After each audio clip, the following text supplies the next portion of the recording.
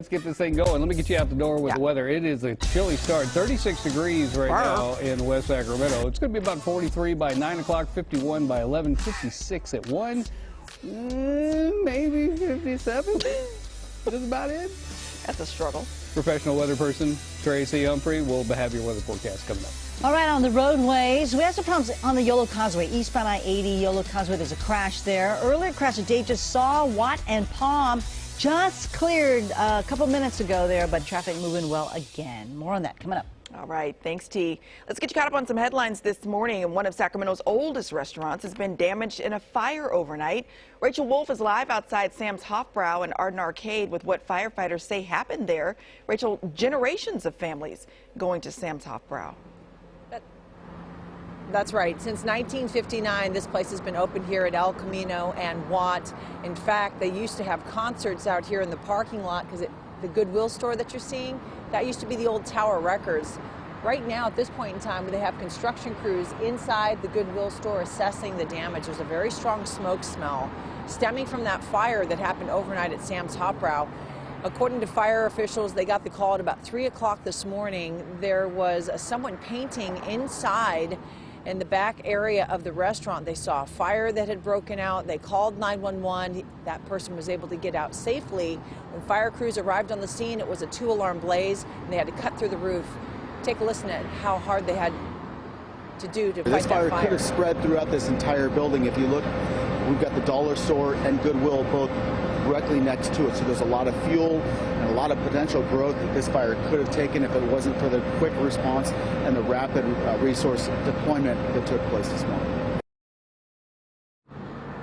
So arson investigators were on the scene this morning, but it looks like they're taking a closer look at the kitchen area at Sam's Hofbrau as to where that fire might have started. Again, all of this still under investigation. There's going to be a lot of cleanup. According to fire officials, pretty significant damage inside Sam's Hofbrau, not going to be opening anytime soon. In the meantime, the area that says donate here, that's the warehouse area of the Goodwill. Just in talking with some folks that are milling around inside, they said that seems to be where most of that smoke damage is at this point in time. So they're focusing on that and trying to take a look at, what can be salvaged, if anything. All right, Rachel Wolf live for us this morning. Thank you, Rachel. Well, more than 5,000 people are confirmed dead after a 7.8 magnitude earthquake and more than 300 aftershocks in Turkey and Syria. That number is expected to rise, that death toll, as crews race to find survivors in the rubble of thousands of collapsed buildings.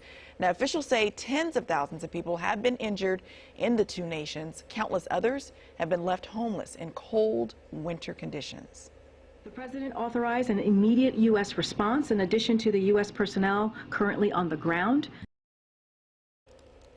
The White House announced it's sending teams to help with search and rescue. An elite urban search and rescue team from Los Angeles County is also gearing up to go to central Turkey.